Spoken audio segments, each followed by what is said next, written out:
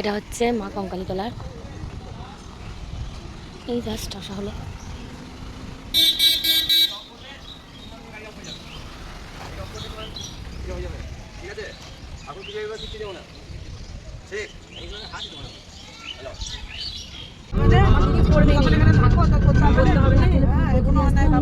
ওই জন্যই তো বাবা আরো গ্রাহ্য করে বলেছে লোক আমি রাখবো হোম ডেলিভারি খাই কি বলো করতে রাঁধুনিটাকে আর তুমি ঘরে বসে বসে খাবে খবর দালালি করা সারাদিন বেড়ে আমি রোগ রাখবো নি ঠিকই বলে 2000 টাকা হোম ডেলিভারি খাই খাবো। হ্যাঁ মাসে হোম ডেলিভারি খাচ্ছে করে গেছিস দাদা তেল ময়লা তো কিনতে হবে না।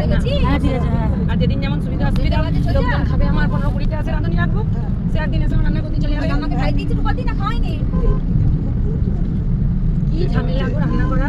আগে তখন সত্যি কথা বলতে কি শাশুড়ি আর একটু নিয়ম ছিল মানুষ বেলায় বলছি বাইরে বিলো ঘোরা অভ্যাস ছিল রান্না করা অতটা অভ্যাস থাকেনি তখন মনে হতো একদিন